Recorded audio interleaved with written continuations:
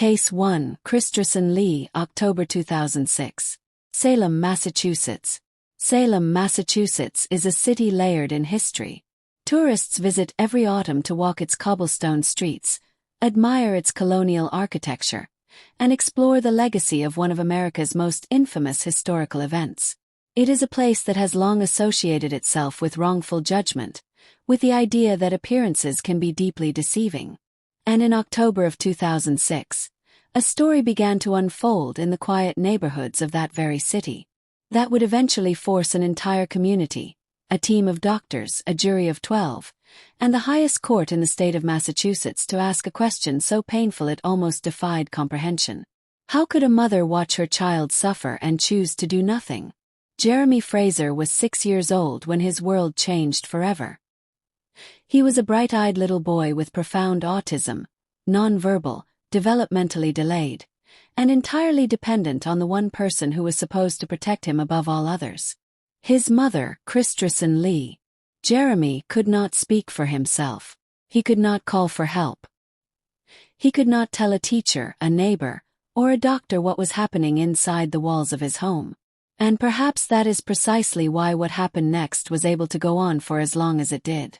In the autumn of 2006, Jeremy was brought to Massachusetts General Hospital, one of the most respected medical institutions in the country, where doctors delivered a diagnosis that was both devastating and in many ways hopeful. Jeremy had been diagnosed with non-Hodgkin's lymphoma, a form of cancer that, while serious, was considered highly treatable. The oncology team was cautious but encouraging.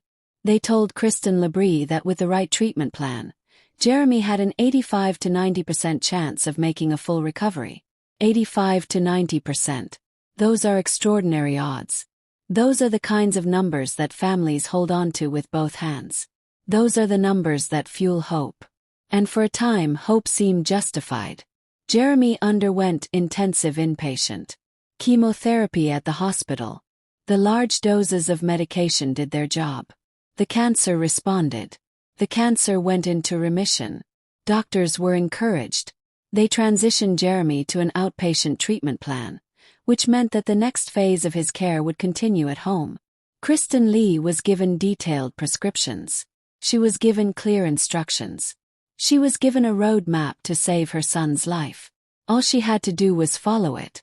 She did not follow it. What prosecutors would later describe in court was not a story of confusion or of a mother overwhelmed to the point of accident. What they described was a pattern, a deliberate, calculated, and sustained pattern of deception that stretched across months. Kristen Lee repeatedly failed to fill Jeremy's prescriptions at the pharmacy. She knew the medication needed to be picked up. She knew what it was for. And yet, time after time, she did not go. What made this particularly chilling was not simply the neglect itself. It was what happened alongside it. Kristen Lee continued to attend Jeremy's medical appointments. She continued to sit across from his doctors and answer their questions, and she lied. She told the medical team that Jeremy was receiving all of his medications at home. She told them everything was going according to plan. Assistant District Attorney Kate McDougall, who prosecuted the case with precision and moral clarity, told the court that Lihui had not simply made mistakes.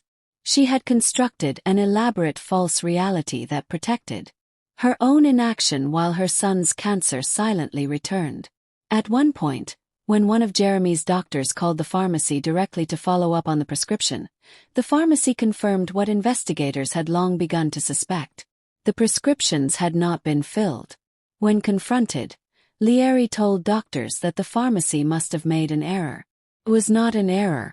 The only error, prosecutors argued, was placing Jeremy's life entirely in the hands of someone who had already decided, consciously or unconsciously, that she would not fight for it. By February of 2008, when Jeremy's medical team finally uncovered the full extent of what had been happening, it was too late for the treatment that had once offered so much promise. The cancer had returned. It had transformed.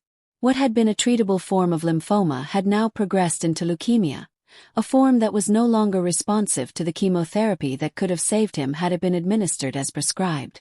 In 2009, Jeremy Fraser passed away. He was 9 years old. The investigation that followed was careful and thorough. Prosecutors built their case on pharmacy records, medical documentation, and the testimony of the doctors and nurses who had cared for Jeremy. When Kristen Lee eventually took the stand, she offered what would become a defining moment in the trial. She gave 3 separate shifting explanations for her behavior. She said she had been overwhelmed. She said she believed Jeremy had already been cured. She said the medication was making him sicker and she couldn't bear to watch him suffer. Prosecutors argued that this inconsistency was not the testimony of a grieving, confused mother. It was the testimony of someone who had never settled on a story because the truth was something she could not say out loud. In April of 2011, after a jury heard all of the evidence presented in Lawrence Superior Court, Kristen Lee was found guilty of attempted murder, assault and battery on a disabled person, assault and battery on a child, causing substantial injury, and reckless child endangerment. As the verdict was read, she wept. She leaned toward her family seated in the front row of the courtroom and whispered to her younger sister. Court officers placed her in custody. On April 15, 2011, she was sentenced to 8 to 10 years in state prison, followed by 5 years of probation. The prosecution had sought 16 years. Her defense had hoped for 1. The judge settled on something in between, a sentence that reflected both the gravity of what had occurred and the complex layered circumstances surrounding it. The case did not end there. In 2016, the Massachusetts Supreme Judicial Court granted Latrice a new trial, ruling that her original defense attorney had been ineffective, specifically because he had failed to retain a pediatric cancer expert who could have testified that medication noncompliance among caregivers of seriously ill children is not uncommon and does not always reflect malicious intent. Lee was released on bail, but the new trial never happened. On August 31st, 2016, Kristen Lee returned to court and entered a guilty plea to the charge of attempted murder in connection with Jeremy's death. The sentence, 5 years in state prison, was deemed served. She had already spent that time behind bars. She was 44 years old. She walked out of the courthouse, a free woman. District Attorney Jonathan Blahet spoke outside the courthouse that day. He said, "This case has always been about justice for Jeremy. It was our job to be his voice." Those words carried enormous weight because Jeremy Fraser had spent his short life without a voice of his own. He was a child who could not speak, could not advocate for himself, and could not tell anyone what was being taken from him. The only voice he ever had in a courtroom was the voice of the state, and the state ultimately made sure that voice was heard. The case of Kristen Lee remains one of the most complex and morally troubling child welfare cases in Massachusetts history. It raises profound questions not only about the actions of one individual, but about the systems designed to protect vulnerable children, the pharmacy check-ins, the social worker visits, the medical follow-ups that should have caught the signs sooner. In the aftermath of Jeremy's passing, the Massachusetts Department of Social Services undertook a review of its practices for monitoring medically vulnerable children in home care environments. Jeremy Fraser deserved to grow up. He deserved the 85 to 90% chance that medicine had given him. He deserved a mother who would fight for that chance with everything she had. The justice system gave him what it could. A verdict, a conviction, a guilty plea that acknowledged on the record that what happened to him was wrong. For families navigating the impossible weight of caring for a child with both autism and a serious illness, organizations like the Autism Society of America and the National Children's Cancer Society offer resources, support networks, and advocacy programs designed to ensure no family has to face that journey alone. If you know a family struggling with a medically complex child, please reach out and connect them with the help that is available. Jeremy Fraser was 9 years old. He loved his mother, and he never got to grow up. If this case moved you, please take a moment to like this video and subscribe to Cold Case Time. Your support helps us continue telling the stories of those who cannot tell them for themselves. But as heartbreaking as the story of Kristen Lee is, the next case shook an entire coastal community to its core and sparked a national conversation about a condition that millions of new mothers face in silence every single day. Case 2, Lynn C. Clancy, January 24, 2023. Dubbury, Massachusetts. There are towns along the south shore of Massachusetts that feel almost insulated from the kind of tragedy that dominates news headlines. Dubbury is one of those towns. It sits quietly on the coast, its streets lined with colonial homes and mature trees, its residents deeply rooted in community life. It is the kind of place where neighbors know each other's names, where children ride bikes to school, and where the idea of violence seems as distant as a foreign country. And yet, on the evening of January 24, 2023, a 911 call came in from a house on Green Street that would change Dubbury forever and would force the entire nation to confront a medical crisis hiding in plain sight. Patrick Clancy had been a devoted husband and father. By all accounts, he and his wife Lindsay were a loving couple, the kind of family that neighbors described as picture-perfect. Lindsay Clancy was 32 years old, a labor and delivery nurse at Massachusetts General Hospital, a woman whose professional life was built around bringing new life into the world safely and compassionately. Colleagues described her as the nurse you would want in the room when the most important moment of your life arrived. Friends described her as someone who breathed and lived for her children. Lindsay and Patrick had 3 children together. 5-year-old Cora was their eldest, curious, bright, and full of the boundless energy that defines early childhood. 3-year-old Dawson was his mother's little companion, a boy who, according to those who knew the family, had the kind of laugh that filled every room he entered. And then there was Ken, 8 months old, newly arrived into the world. A baby boy who had barely had the chance to take in his surroundings before the world around him collapsed. Patrick Clancy had stepped out of the house that evening to run an errand to pick up dinner from a restaurant. It was a short trip, the kind of errand any parent makes a dozen times a week without a second thought. But prosecutors would later allege that this particular errand had been orchestrated. They alleged that Lindsay had used her phone's mapping application to calculate the driving distance to the restaurant, ensuring that the round trip would give her a precise window of time. They alleged that she had placed the pickup order in advance. They alleged that the errand had been designed. When Patrick returned home and found his wife, she was in the backyard, seriously injured. He called 911 immediately. Dispatchers heard him ask his wife what she had done. Her reply was devastating. She told him she had tried to end her own life by jumping from a second-floor window. Patrick asked where the children were. She told him they were downstairs. What Patrick Clancy found when he ran to his children is something that no parent should ever have to witness and something that no words can fully honor. All 3 of his children had been placed in the basement, each with exercise resistance bands around their necks. He untangled them one by one, begging each of them to breathe, his cries captured by the 911 dispatcher, who stayed on the line. Emergency responders arrived within minutes. All 4 members of the Clancy family were transported to hospital. Cora and Dawson did not survive. Baby Ken, critically injured, was rushed to Boston Children's Hospital and fought with everything his tiny body had. He too ultimately did not survive. Lindsay Clancy sustained injuries from her fall that left her paralyzed from the waist down. She would face the rest of her life unable to walk, a physical consequence that carried its own particular weight given what the prosecution and defense would spend the next months debating. The arraignment took place on February 7, 2023. Lindsay Clancy appeared via video link from her hospital bed, a surgical mask over her face, an image that was simultaneously heartbreaking and surreal. She was charged with multiple counts of murder, 3 counts of strangulation, and 3 counts of assault and battery with a dangerous weapon. Not guilty, pair were entered on her behalf. The courtroom and the watching public grappled with a question that had no easy answer. Who was Lindsay Clancy? The prosecution's position was clear.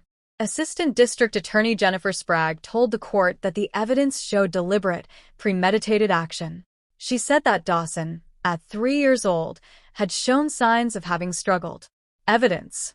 Prosecutors argued that Lindsay had time during the act itself to reconsider, to stop, to call for help, and did not. The prosecution noted that she had been evaluated by a psychiatrist just weeks earlier and told she showed no symptoms of postpartum depression. They pointed to the careful planning, the phone searches, the restaurant order, and the precision of the timeline.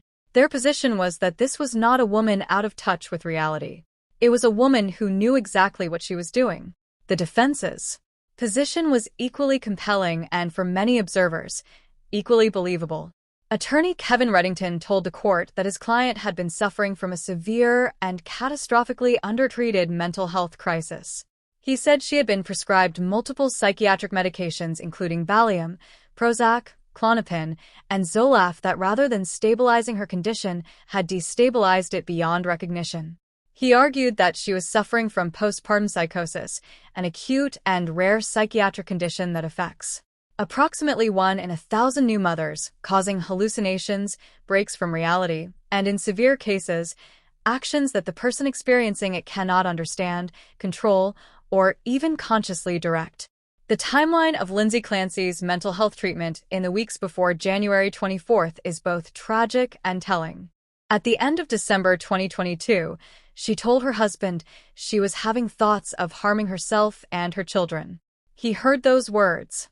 He told police that on January 1st, Lindsay voluntarily admitted herself to McLean Hospital, one of the most respected psychiatric facilities in the country, affiliated with Harvard Medical School.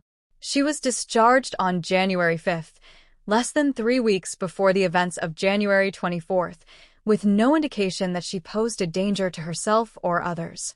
On January 23rd, she wrote in her phone that she was experiencing anxiety about returning to work after her maternity leave.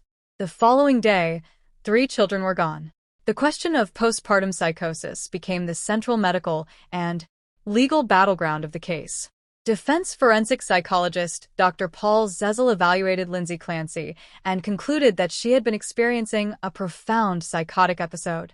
The defense argued that she heard voices, specifically that she reported hearing a man's voice instructing her to act, and that this voice was the product of a psychosis so severe that it separated her from her own reality. The prosecution countered that this account only emerged after Lindsay had the opportunity to speak with the defense's psychologist and that she had never described voices or used the word psychosis to her husband before that conversation. Patrick Clancy, the man who lost 3 children, has been consistent and unwavering in his support for his wife. In a deeply moving interview with the New Yorker magazine, he said, "I wasn't married to a monster. I was married to someone who got sick." He has advocated publicly for greater awareness of postpartum mental health conditions, greater protections for families, and a health care system that listens more carefully when new mothers say they are not well. The Clancy case is, as of the time of this documentary, still working its way through the Massachusetts court system. Lindsay Clancy remains in a psychiatric facility awaiting trial on first-degree murder charges. The outcome of this case will likely shape how courts across the country approach postpartum psychosis as a legal defense for years to come. What the case has already done, regardless of its legal outcome, is open a desperately needed national conversation. Postpartum psychosis is real. It is documented. It is treatable. And it is not always caught in time. Organizations like Postpartum Support International offer free confidential resources for new and expecting mothers experiencing any form of perinatal mental health struggle. Their helpline is available to anyone who needs it, and their message is simple. You are not alone, and help is available. The children of Dubbury, Cora, Dawson, and Kaylin Clancy were loved. They were cherished, and they deserve to grow up in the home that their parents built for them. The conversations their short lives sparked may ultimately save others. That is not a comfort, but it is something. If this story resonated with you, please like this video and subscribe to Cold Case Time. Together, we keep these stories alive and remind the world that every victim deserves to be remembered. The next case takes us away from the suburbs and into a house that investigators described as one of the most disturbing scenes they had encountered in their careers. A place where the walls themselves seemed to hold unimaginable secrets. Case 3. Erica Murray. September 2014. Blackstone, Massachusetts. Blackstone is a small working-class town in Worcester County, Massachusetts, tucked along the Rhode Island border approximately 50 miles southwest of Boston. It is the kind of place where residents know their neighbors, where front porches are often occupied, and where an unusual smell coming from the house down the street is. The kind of thing people notice but often dismiss. That is until the day they cannot dismiss it any longer. In September of 2014, a neighbor in Blackstone received a knock at the door. It was a child, a 10-year-old boy, who had come seeking help. Inside the house he had just come from. He told the neighbor there was a baby who would not stop crying and there were no adults around. The neighbor went to investigate. What she found caused her to call child welfare authorities immediately. The baby, a girl just a few months old, was lying on a bed in a state of extreme neglect. She was covered in filth. She appeared to have been unattended for an extended period of time. Child welfare workers arrived and found 4 living children in the home. The 10-year-old boy who had sought help, a 13-year-old girl, a 3-year-old girl, and the infant. The conditions inside the house were so severe that investigators later described them as some of the most disturbing they had ever encountered in their careers. The home was filled with layers of garbage, rotting debris, and material that could not be safely identified. The 3-year-old girl who was removed from the home was found to have a severely flattened head, consistent with a child who had spent almost the entirety of her young life lying on her back without being held, stimulated, or moved. She curled her legs into a fetal position when seated, a developmental regression that medical professionals associated with profound, prolonged neglect. When Massachusetts State Police troopers conducted a thorough search of the property, they made a discovery that would transform this case from a child welfare investigation into something far more serious. Inside 2-bedroom closets stored in cardboard boxes, they found the remains of 3 infants. 2 of the infants were partially clothed. The 3rd still had its placenta attached. All 3 showed evidence of having been born in the home. None of them had ever been registered. None of them had ever been known to exist. The woman at the center of everything was Erica Murray, who was 30 years old at the time of her arrest. She had been living in the home with her partner, Raymond Rivera, who was the father of her children. Rivera's role in the household was described extensively during the investigation and trial. Prosecutors and experts painted a picture of a woman who had become psychologically isolated, cut off from her family, her support network, and ultimately her own sense of reality. Forensic psychologist Dr. Frank Decataldo conducted a battery of psychological testing on Murray and determined that she had significant cognitive limitations and a personality disorder that had been compounded by years of isolation, fear, and what was described as extensive emotional control by her partner. Murray, experts said, had lost the ability to perceive how badly things had deteriorated around her. That psychological portrait became central to the legal proceedings. Murray waived her right to a jury trial, placing the decision entirely in the hands of Worcester Superior Court Judge Janet Keenan Walker. Judge Keenan Walker presided over 8 days of testimony before announcing her verdicts in June of 2019, nearly 5 years after Murray's arrest. The judge found Murray not guilty of second-degree murder in connection with the infant remains, ruling that the prosecution had not proven beyond a reasonable doubt that the infants were born alive or that Murray's actions or inactions constituted criminal responsibility, given the profound impairment of her mental state. The judge described Murray as someone who had not been conscious of how dire conditions had become, whose cognitive deficits and history of victimization had produced what she called extremely primitive coping mechanisms.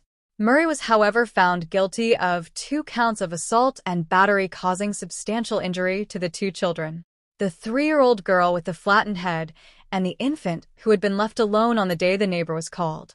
She was also found guilty of 2 counts of cruelty to animals, as a cat and a dog had also been found living in the squalid conditions of the home. She was acquitted of reckless child endangerment. On July 11, 2019, Judge Keenan Walker sentenced Erica Murray to 6 to 8 years in state prison with credit for the nearly 5 years she had already served since her arrest in 2014. Murray would be eligible for parole within approximately a year of sentencing. The judge stated plainly at sentencing that she could not punish Murray for crimes of which she had not been convicted, including the presence of the infant remains, which remained one of the most haunting elements of the case. There is nothing about this case that is normal. The judge said all 4 living children were removed from the home and placed with the Massachusetts Department of Children and Families.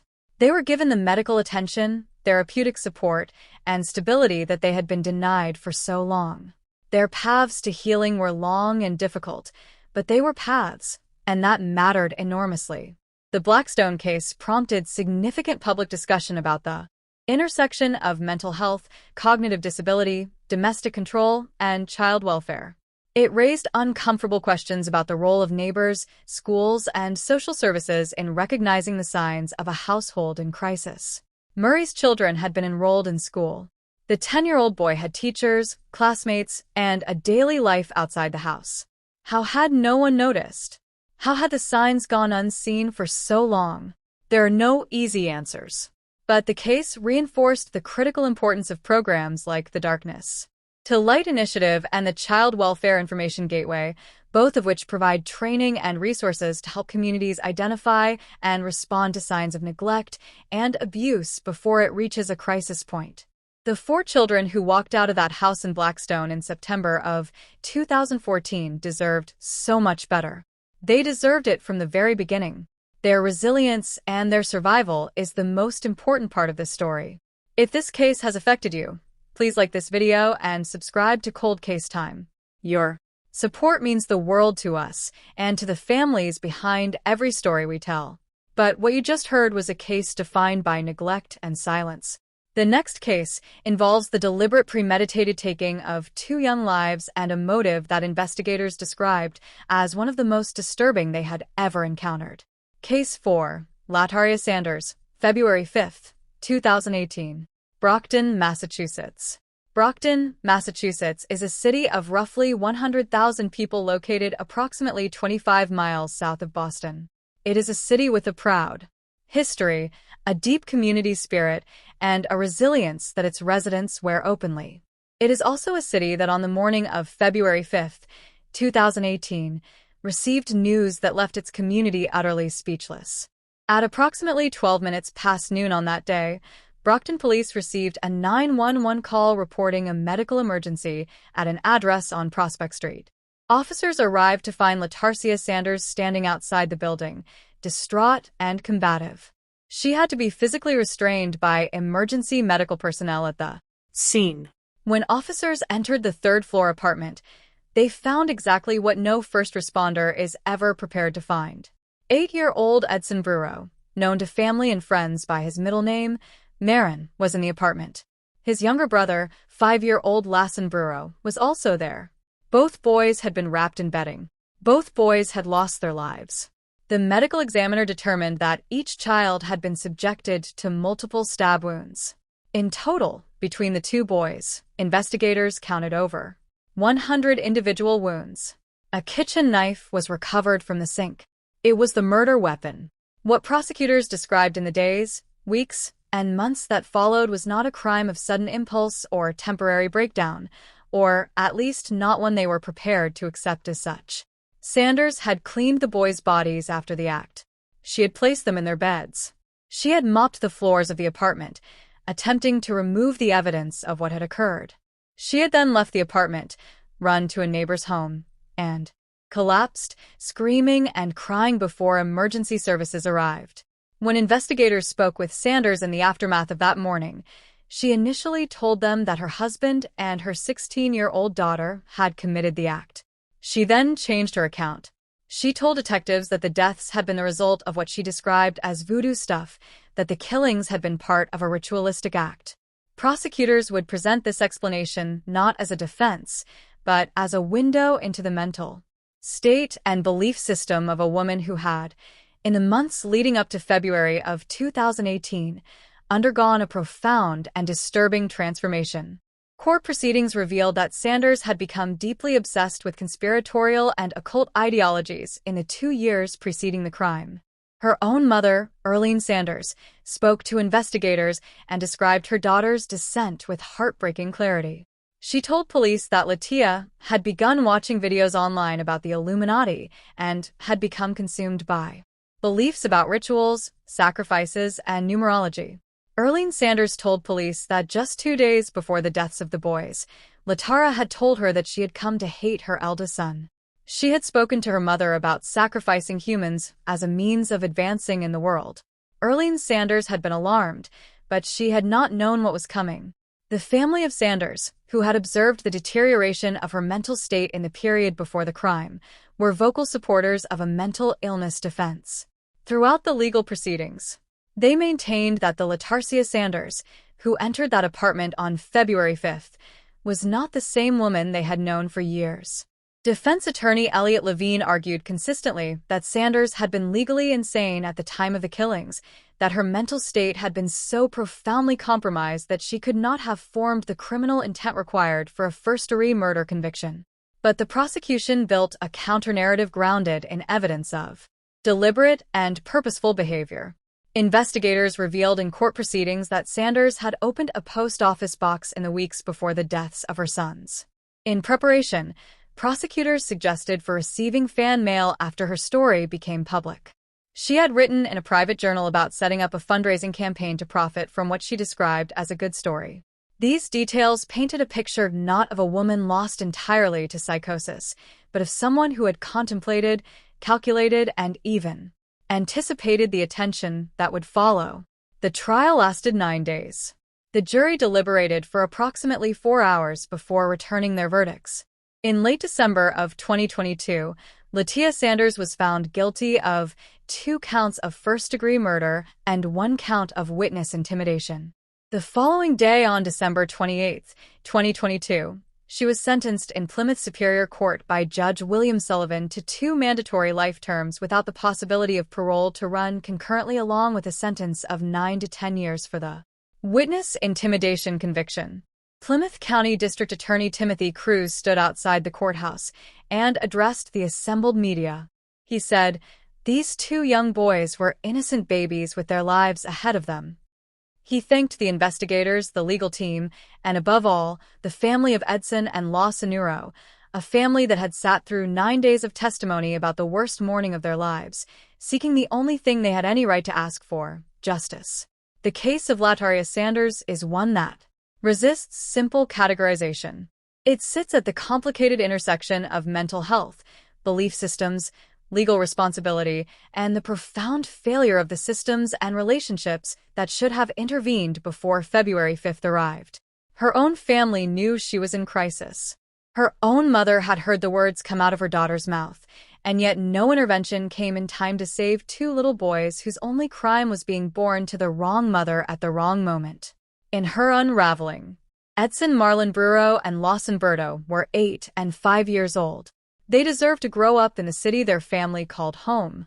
They deserved to play, to learn, to become. Their lives are remembered by a father, a community, and now by you.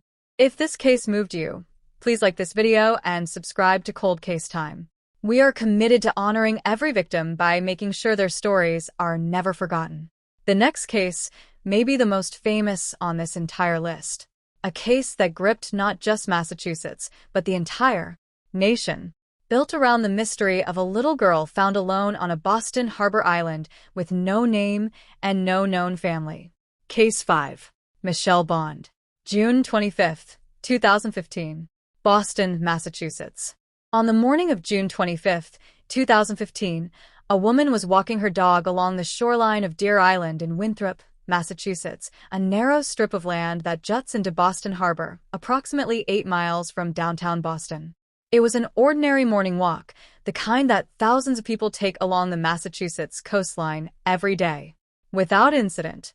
But on that particular morning, she found something that would launch one of the most public and emotionally gripping missing person investigations in the history of the state. Tucked inside a plastic bag near the shoreline was the partially decomposed body of a small child, a little girl. She was approximately 2 years old. She was dressed in polka-dot leggings and wrapped in a zebra print blanket. She had no identification. No one knew who she was. No one had reported her missing. For weeks and then months, she would be known only as Baby Dew. The Suffolk County District Attorney's Office under District Attorney Dan Conley moved swiftly and publicly. They commissioned a forensic artist to create a computer-generated composite image of the child based on her physical features. The image was released to the public and shared on social media on July 21, 2015. It was shared millions of times. It was on every television screen, every news website, every Facebook timeline across the country. The nation looked at that image and felt something primal and collective. A grief for a child no one knew, and a burning need to find out who she was and what had happened to her. More than 200 tips poured in. Investigators followed every lead.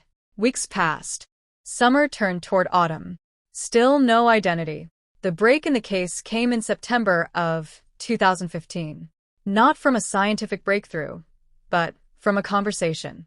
A man named Michael Sprintguy had been told something by a woman he knew. That woman was Rel Bond. And what she told him changed everything. Sprintguy went to police. He told them that Rel Bond had confided in him that the child in the composite image, Baby Dew, was her daughter, and she had told him what had happened to her. Rel Bond was a 35-year-old woman living in Dorchester, a neighborhood of Boston. She had a documented history of addiction and had struggled with heroin dependency for years. She had been arrested previously on multiple occasions. She had a daughter named Bella, not Amoroso Bond, born on August 9, 2012. Bella was 2 years old at the time of her death. Bella was the child on Deer Island. Bond had been living with a man named Michael McCarthy when Bella passed away. McCarthy had moved into her home in early 2015. The relationship between Bond and McCarthy was one that prosecutors described as defined by heroin addiction and, on McCarthy's part, a deep obsession with the occult. A friend testified that McCarthy had spoken of seeing Bella as something other than a child, as a supernatural entity to be feared. In the weeks before Bella's death, he had reportedly locked her in a closet as a form of discipline. He had spoken about her in terms that alarmed those around him. Michelle Bond testified at Michael McCarthy's trial that on the night Bella passed away, she had walked into her daughter's room and witnessed McCarthy physically assaulting the child with extreme force. She said she tried to intervene but was overpowered and threatened.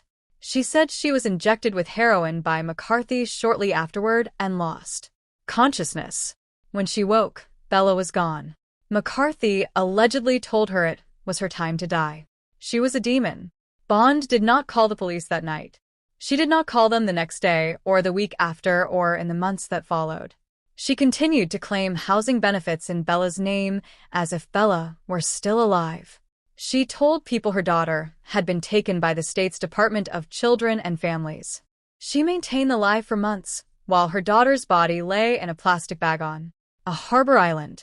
In exchange for her cooperation and testimony against McCarthy, prosecutors offered Michelle Bond a plea agreement.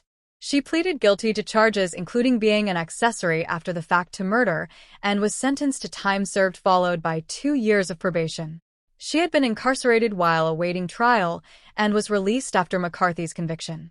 Michael McCarthy was tried in Suffolk Superior Court in the late spring of 2017. The trial lasted approximately 3 weeks. Over 30 witnesses testified and 169 pieces of evidence were introduced. The jury deliberated for just over 23 hours across 5 days before returning their verdict on June 26, 2017. Michael McCarthy was found guilty of secondary murder. He was sentenced to life in prison with parole eligibility after 20 years. The defense maintained throughout the trial, and McCarthy himself has continued to maintain, that he did not cause Bella's death and that Rel Bond was the true perpetrator. McCarthy's attorney described Bond as a manipulative and unreliable witness whose testimony was shaped entirely by the incentive of her plea deal. The medical examiner was unable to determine a definitive cause of death, noting that the manner could have been consistent with either strangulation or a severe physical blow that caused cardiac arrest. The jury, however, found the evidence sufficient to convict. Bella Bond's father, Joseph Amoroso, spoke at McCarthy's sentencing. He described Bella as a happy and intelligent child, full of light. He had never been given the chance to meet his daughter. He had gone to Bond's apartment once, hoping to introduce himself, and Bond had told him Bella was at Cape Cod. By the time the truth emerged, There was only a shoreline, a plastic bag, and a composite image that the world had already seen. Bella Na Amoroso Bond was 2 years old. She had polka dot leggings and a zebra print blanket. For 3 months, the entire country wanted to know who she was. She deserved so much more than the world gave her. If this story affected you, please like this video and subscribe to Cold Case Time. Each like and each subscription tells the algorithm to share these stories further, and that matters. The next case involves a mother from Salem, Massachusetts, not far from where our very first case took place. And a night of violence so extreme that even the first responders who arrived on scene struggled to process what they found. Case 6, Tanisha Goodwin, March 18, 2012. Salem, Massachusetts. Salem, Massachusetts appears twice in this documentary, and not by coincidence. It is a city that has witnessed more than its share of tragedy. A city where the history of catastrophic failure to protect the innocent runs deep. The events of March 18, 2012 added a chapter to that history that no one in the city's first responder community, its schools, its neighborhoods, or its child welfare offices would ever fully leave behind. Tanisha Goodwin was 25 years old in the spring of 2012. She was a mother of 2. Her son, Jamal, was 8 years old and a first grader at Witchcraft Heights Elementary School. Her daughter, Erica, was 3 years old. By all external appearances, Tanisha Goodwin was a young mother navigating the difficulties of single parenthood. Family members who knew her described her in better times as a loving and energetic presence. They also described a woman who had been struggling with serious mental health challenges for most of her life. The records told a difficult story. Tanisha Goodwin had been in the care of mental health services since she was approximately 8 or 9 years old. She had been diagnosed with schizoaffective disorder, a condition that combines the symptoms of psychosis, including hallucinations and disordered thinking with mood disorder elements, similar to bipolar disorder. She had grown up in circumstances that were themselves marked by neglect and hardship. Her mother had passed away when Tanisha was 16 years old and pregnant with Jamal. A cousin, Wayne Cox, had taken both Tanisha and her younger brother into his home. Despite the challenges of her history, Tanisha had fought for custody of Jamal, going to probate court in 2010 and securing a legal order that brought her son back to live with her in Salem. She had her daughter Erica in her care. She had been connected with the Massachusetts Department of Children and Families, which had arranged daycare vouchers and a parenting support aid. Social workers had been in contact with Goodwin in the weeks and days leading up to March 18th. A neighbor had reportedly overheard Goodwin on a previous occasion, expressing deep frustration with the demands of parenting. On the day of the incident, prosecutors said she had called Erica's father and had a contentious conversation about child support. A school bus driver noted that on that morning, Goodwin had been slow to come down to meet her children at the bus stop, even though she was home. These were, in retrospect, the gathering clouds of a storm that nobody identified in time. On the evening of March 18, 2012, what took place inside the Salem Heights apartment was something that no one in the building, the neighborhood, or the city's emergency services was prepared for. Tanisha Goodwin approached her 8-year-old son Jamal from behind as he sat on his bedroom floor eating cereal and watching a film. Prosecutors said that she told her son he had lived too long. She then used a knife to inflict life-threatening injuries to his throat, nearly severing his trachea and cutting through major neck structures. She then went to 3-year-old Erica and inflicted similarly severe injuries to her daughter's neck. After injuring both children, Goodwin doused them and multiple areas of the apartment with lighter fluid. She had in the hours or days before taken deliberate steps to suppress the apartment's fire safety systems, covering smoke detectors, sprinkler heads, and ventilation vents in nearly every room with rags and duct tape. She set fire in 4 separate locations within the apartment. She then removed the interior doorknob from Jamal's bedroom, ensuring that he could not open the door to escape. Salem. Firefighter Richard Arno responded to the scene and was briefly trapped inside the burning apartment. His experience that night would stay with him permanently. Jamal, critically wounded and surrounded by fire, did not surrender. He found a bowl of water his mother used for floor washing and attempted to extinguish the flames himself. He did not want to die. Tanisha Goodwin left the apartment with 3-year-old Erica and made her way to Salem Police Headquarters, where she smashed a display case in the lobby and collapsed. She said repeatedly, according to witnesses, "I'm sorry, babies. I'm sorry, babies. I did what I had to do to protect my children." Both Jamal and Erica were rushed to Children's Hospital in Boston in critical condition. Both survived due entirely to the speed, skill, and determination of first responders and medical professionals who refused to give up on them. Their physical injuries over time healed. Their emotional and psychological recovery would be a far longer journey. Tanisha Goodwin was charged with 2 counts of armed assault with intent to cause severe harm, as well as multiple counts related to arson and child endangerment.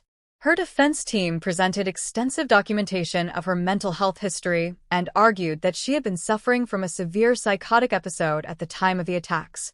In January of 2015, Goodwin entered a guilty plea in Salem Superior Court to what prosecutor Melissa Woodard described as what amounted to a double attempted homicide with a staged self-harm attempt. She was sentenced by Judge James F. Lang to 20 to 25 years in state prison. District Attorney Jonathan Blahet stated, "While there is no amount of prison time sufficient to punish this heinous crime, I commend the assistant district attorneys for finding an acceptable resolution for this case that spares the young victims the additional trauma of having to testify against their mother." Goodwin was permanently barred from any contact with Jamal, Erica, or their respective fathers. Jamal was adopted by his mother's cousin, Wayne Cox, the same family member who had once cared for Tanisha herself. Erica went to live with her biological father. Both children were given the opportunity to grow up in safe, stable, and loving environments. The case of Tanisha Goodwin is inseparable from the conversation about serious mental illness and the profound gaps that continue to exist in community mental health services. 4 separate complaints about abuse and neglect had been filed with the Massachusetts Department of Children and Families regarding Goodwin's home. Social workers had been involved. Help had been offered, and still the night of March 18th arrived. Jamal and Erica Goodwin survived. That is the most important sentence in this entire case. They survived, and they grew up. If you are a parent, a neighbor, a teacher, or a social worker who suspects a family is in crisis, please contact the Child Help National Child Abuse Hotline at 1-800-422-4453. Your call could be the intervention that changes everything. Please like this video and subscribe to Cold Case Time.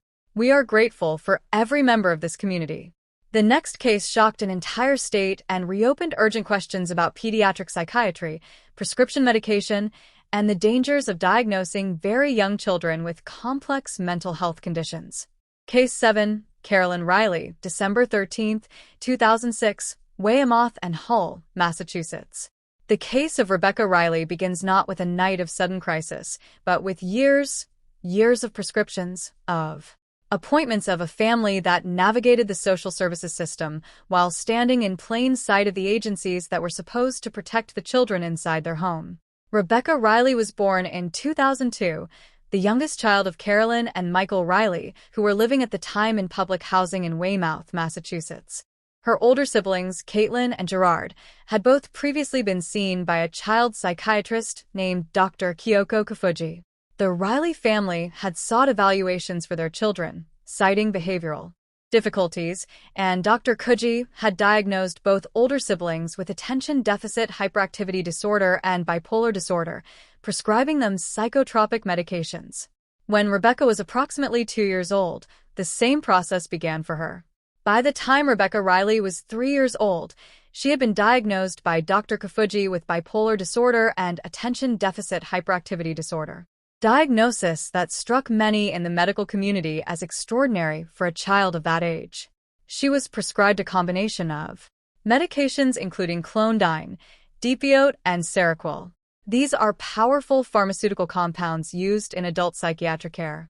Their use in children, particularly very young children, was at the time and has remained since a subject of significant medical debate.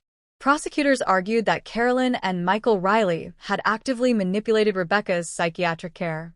They alleged that the couple described exaggerated symptoms to Dr. Coogee in order to secure diagnosis and accompanying prescriptions. Diagnosis that made their children eligible for Social Security disability benefits, which the family relied upon. They further alleged that the Rileys used those prescriptions not therapeutically, but as a mechanism of control, administering the medications in quantities that kept the children sedated, quiet, and manageable. In October of 2005, there was already a significant warning sign. Carolyn Riley told Dr. Coogee that she had increased Rebecca's nightly dose of clonidine on her own without medical authorization to help the child sleep. Dr. Coogee was alarmed. She explained that such an increase could have fatal consequences and told Carolyn explicitly not to make any further unauthorized adjustments. This warning was documented. It was part of the medical record. By November of 2006, staff at Rebecca's preschool had grown sufficiently concerned about the degree of medication the child appeared to be receiving that they contacted Dr. Coogee directly. Plans were made to reduce the dosage. Caroline was reportedly agitated upon learning of the school's call. There were additional warning signs in the days that followed. Family, friends, and relatives who visited the household and expressed concern, even pleading with Carolyn to take Rebecca to see a doctor as the child's condition visibly worsened. Rebecca Riley took her last breath on December 13, 2006. She was 4 years old. The medical examiner determined that Rebecca died from an acute intoxication of psychotropic medications, specifically a lethal concentration of cloned in her system. Investigators found evidence that she had been given her regular medications plus additional doses of cough medicine and clonidine on the night before her death. The combination was fatal. Carolyn and Michael Riley were both indicted by a Plymouth County grand jury in 2007. They were tried separately in 2010.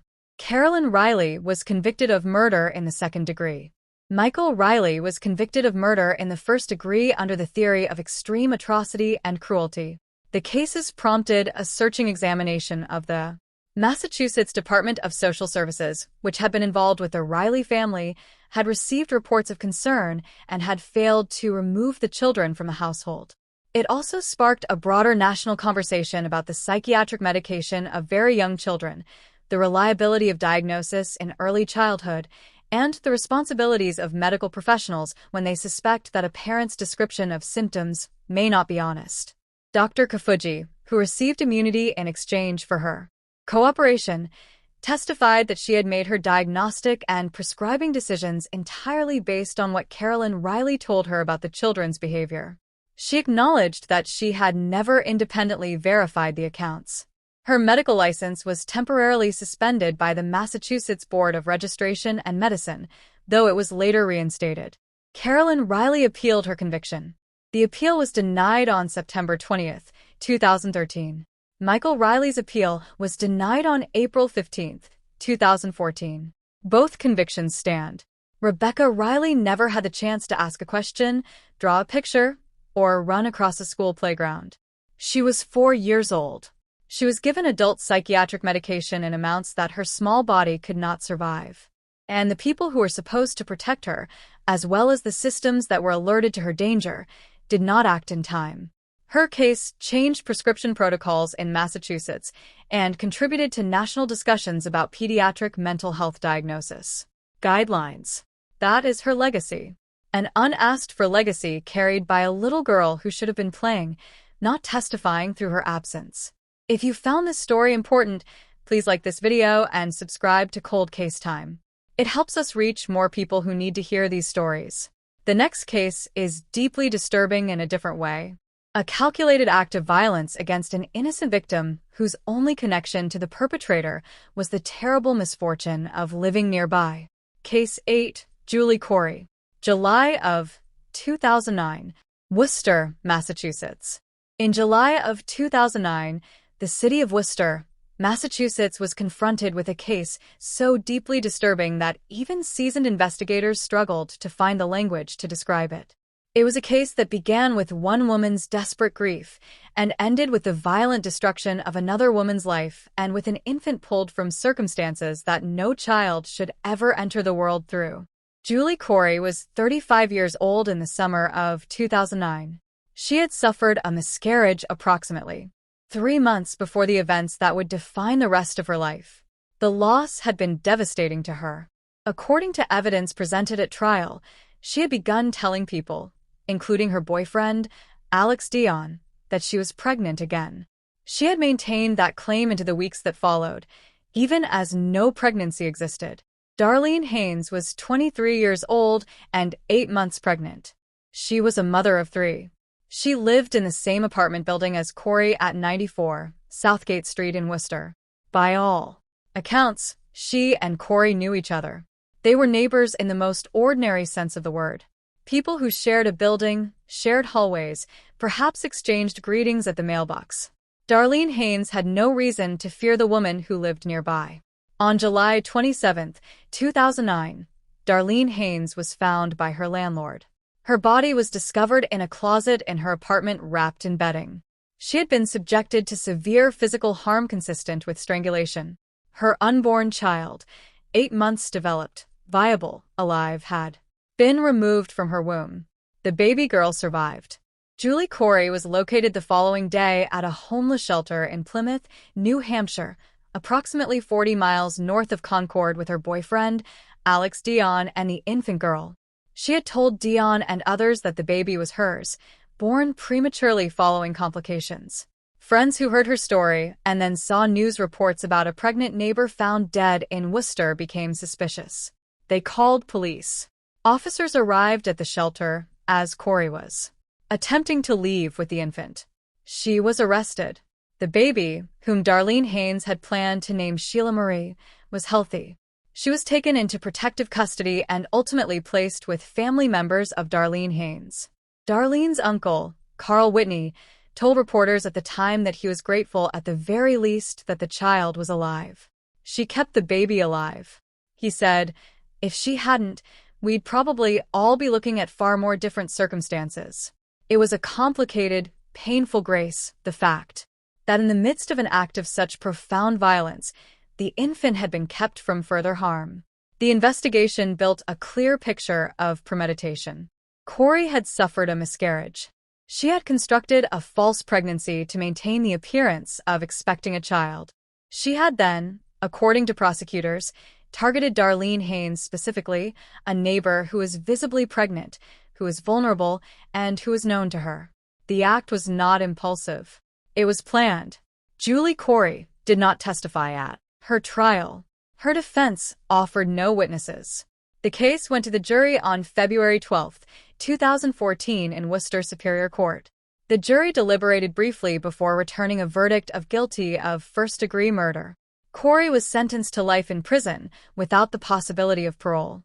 Darlene Haynes was 23 years old. She had 3 older children who loved her.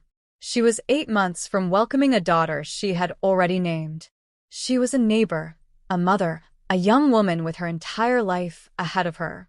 She deserved to bring her daughter into the world on her own terms, in her own time, surrounded by the people who loved her.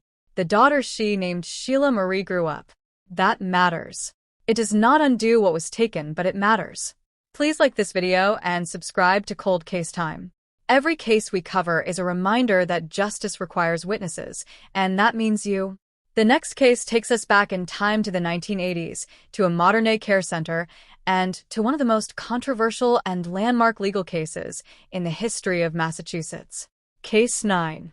Violet Amarault, 1984 through 1987, Malden, Massachusetts. To fully understand Case 9, you have to understand the America of the early 1980s, a nation in the grip of a new and powerful anxiety. The decade had brought with it a dramatic expansion of women entering the workforce. And with that expansion had come an equally dramatic growth in child care facilities across the country. Daycare centers were opening in neighborhoods and churches and strip malls from coast to coast.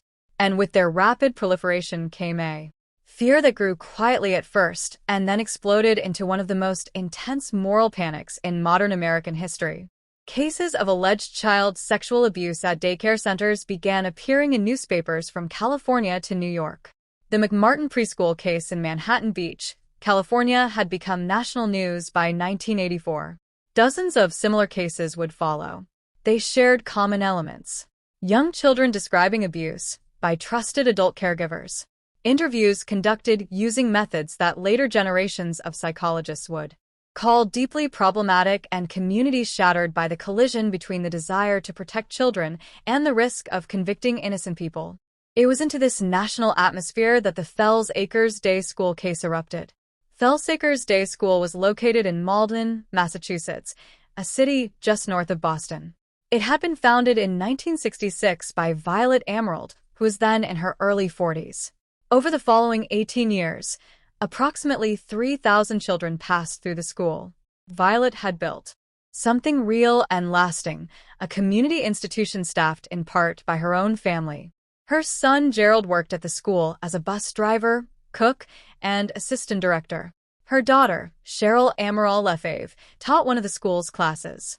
On September 2, 1984, the mother of a 5-year-old boy who attended Fells Acres contacted a state child abuse hotline. She said her son had disclosed something troubling to her, that a man at the school whom the children called Tookie had done something inappropriate to him. Tookie was Gerald Amaralt. Gerald Amaralt was arrested on September 5, 1984. The daycare center was shut down 1 week later.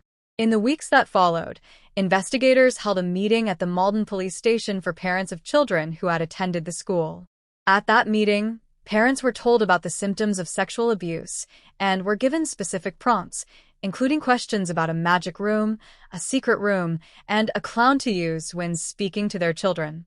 The children's responses, shaped in part by this prompting, would form the evidentiary foundation of multiple criminal trials. Children testified to a range of events that were, in the retrospective assessment of psychologists and legal scholars, extraordinary and internally inconsistent. They described being taken to a magic room described as a bathroom with a child-sized door. They described a clown, a magic wand, an axe that seemed designed to press every alarm button in the cultural consciousness of 1980 for America.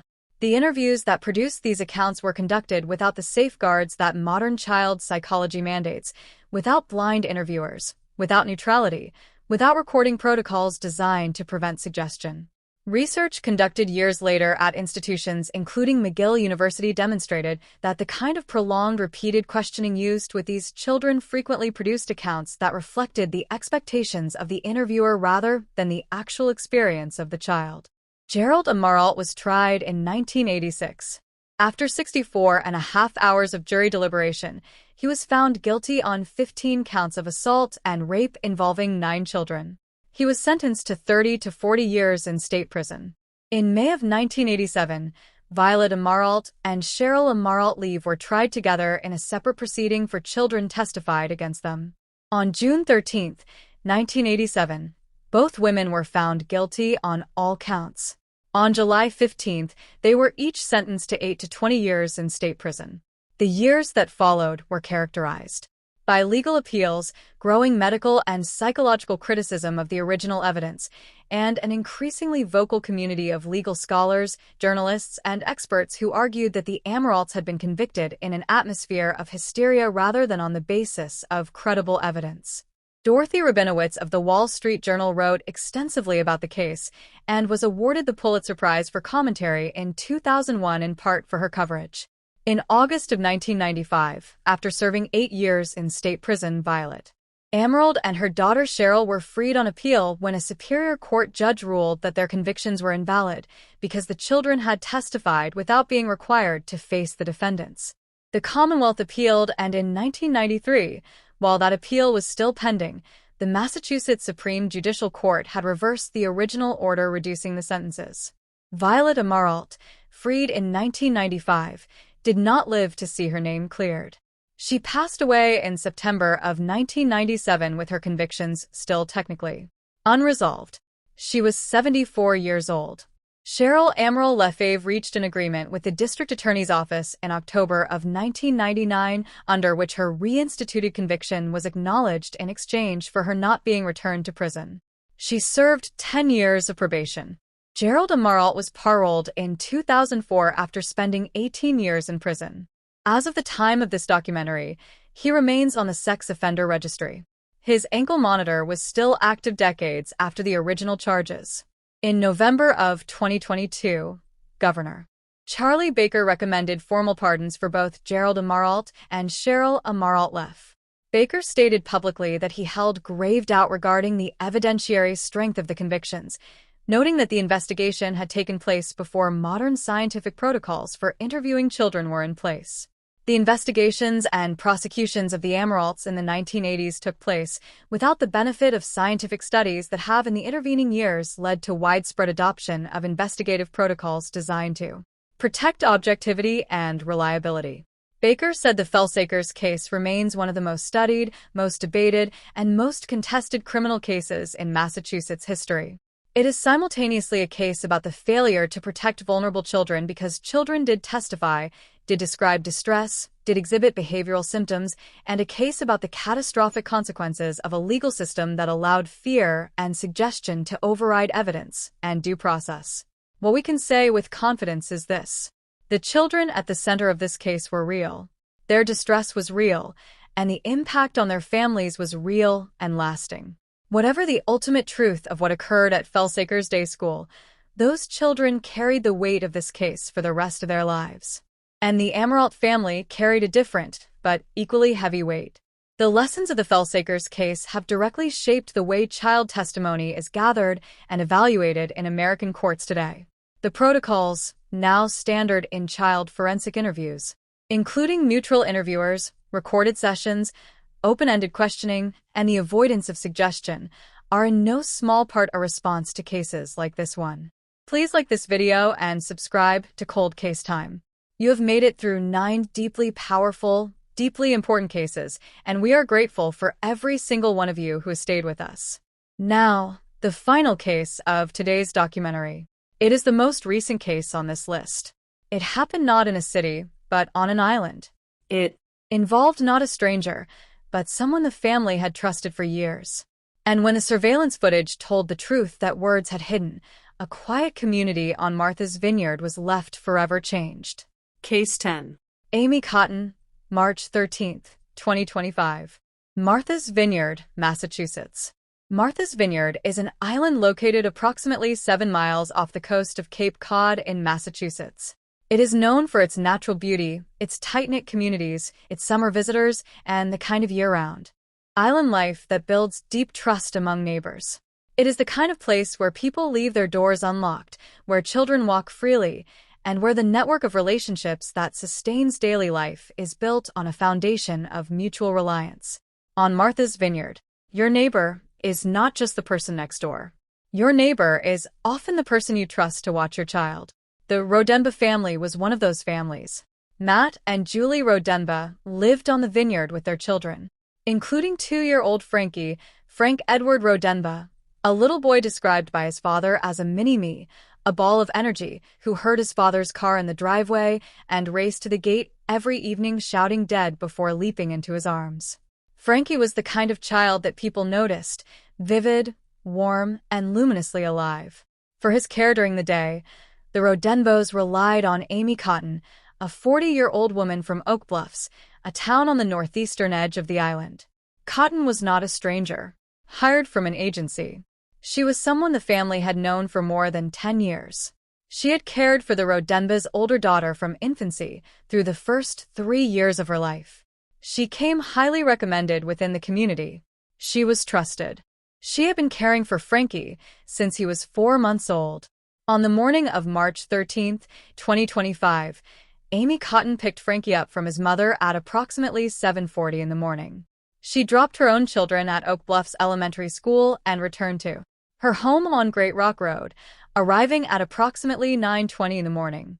She also had in her care that day a 1-year-old girl from a separate family.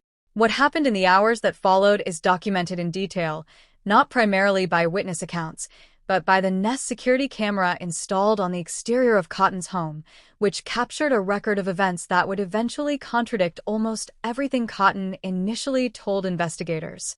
According to that surveillance footage, after returning home at 9:20 in the morning, Amy Cotton exited her vehicle and went inside her house. Both children, Frankie and the 1-year-old girl, remained in the vehicle, strapped into their car seats. Over the course of the approximately 3 hours that followed, Cotton was observed coming and going from her home. But at no point, according to the footage, did she return to the vehicle to check on, feed, comfort, or remove either child. At approximately 12:15 in the afternoon, she took the baby girl inside for a brief period of approximately 10 minutes, before returning her to the vehicle. At 1:15 in the afternoon, Cotton was seen opening the rear passenger door of the car. Emergency services arrived within minutes. Cotton called 911 at approximately 1:15. She reported that the child she was babysitting was not breathing and had turned blue. When officers and paramedics arrived, they found Frankie Rodenba unresponsive in his car seat. He was taken by ambulance to Martha's Vineyard Hospital and then airlifted by medical helicopter to Massachusetts General Hospital in Boston, where he was admitted to intensive care. Medical examination determined that Frankie had developed hypothermia, a dangerous and potentially fatal drop in core body temperature during the time he had been left in the vehicle. He had no underlying health conditions. He had been a healthy child. He had been unresponsive to the elements while strapped in a car seat, unable to move, unable to call for help, unable to do anything but wait. On March 19, 2025, after 5 days in intensive care at Massachusetts General Hospital, Frankie Rodenba passed away. He was 2 years old. The following day, March 20th, Amy Cotton was arraigned on an elevated charge of manslaughter in Edgerton District Court. She pleaded not guilty. When investigators confronted Cotton with the security footage and the discrepancies between her account and what the camera showed, she acknowledged that the children had been left in the vehicle for the entire approximately 3-hour period. She stated that during that time, she had been inside her home, cooking bacon in the oven, conducting personal hygiene, preparing her son's hockey equipment, and carrying out household chores. Police wrote in their report that she had been remorseful at times, but attempted to justify her actions throughout the interview. What made the revelation even more chilling was a detail that Cotton herself disclosed. She allegedly told investigators that this was not the first time she had left children unsupervised in the vehicle for an extended period. She said it had happened on 5 previous occasions. She claimed she believed she could see the vehicle from inside the house through a window. The response from Frankie's father was immediate, raw, and devastating. Matt Rodenba told CBS Boston's IT team, "She tortured my child." He described how investigators had enhanced the audio from the security footage and been able to hear Frankie calling out from inside the vehicle. "He can be heard calling out for data," Rodenba said over and over and over again until the video went silent. In September of 2025, a Dukes County grand jury returned indictments against Amy Cotton on charges of manslaughter and reckless endangerment of a child. Her case was moved to Dukes County Superior Court. On October 7, 2025, Cotton was arraigned in Superior Court, entered a not guilty plea, and was released on bail of $23,800 with conditions including a GPS monitoring device and no contact with the Rodenba family. A pretrial conference was scheduled for February of 2026. As of the time of this documentary, Amy Cotton has not been tried. She is presumed innocent under the law until and unless a jury determines otherwise. The case against her will proceed through the Massachusetts court system, and the Rodenba family has made clear they intend to be present for every step of that process. In the aftermath of Frankie's passing, the Rodenba family channeled their grief into purpose. They raised more than $270,000 for a new preschool playground at the Oak Bluff School, where Frankie's mother teaches. The playground, a living memorial to a little boy who loved to run and climb and laugh, was opened in the year that followed his passing. Matt Rodenbaugh has spoken publicly about his hope that Frankie's story will lead other parents to ask more questions, to check in unexpectedly, to trust but verify. "I think trust but verify is a big one," he told CBS Boston. "Ask questions, pop in, stop by, see if they'd be okay with a camera. It's not to spy on them. It's to make sure your child is safe." The case of Amy Cotton is at its core a case about the gap between trust and accountability.